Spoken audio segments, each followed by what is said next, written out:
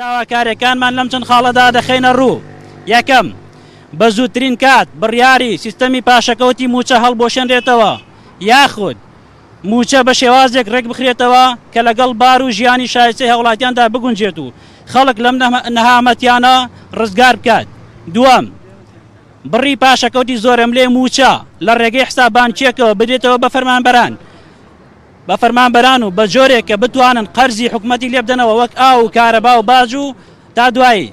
سێەم، کاراکردنەوەی دام و دەستگای یاسایەکانی حکوومەت بە جۆرێک کە دوور بێت لە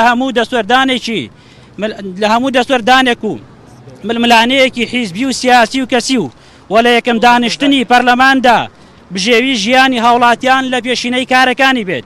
چوارەم، پێویستە حیزبەکان لە ڕێگەی نوێنەرەکانیانەوە لە ئەنجومەنی وەزیران بێنە دەنگ و هەنگاوی کردداری بنێن و چیتر درێژە بەم دۆخە نەخوازراوە نەدرێت.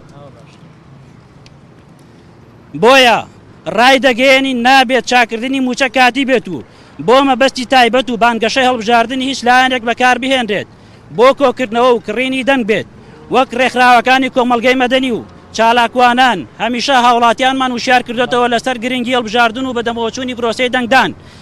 لەم بەروارەوە مۆڵەتی یەک مانگ دەدەینە حکوومەت بۆ جێبەجێکردنی داواکاریەکانمان و بە پێچەوانەوە لە ئەگەری وەڵام نەدانەوە و بێمنەتی حکوومەت بەرامبەر ژین و ژیانی هاوڵاتیان ناچار دەبین بۆ پاراستن و بە دوورگرتنی داهاتووی خەڵکی کوردستان لە مەترسیەکان بایکۆتی هەر پرۆسەیەک بکەین کە دەسەڵات پێی هەڵدەستێت بە نمونە ڕیفراندۆم.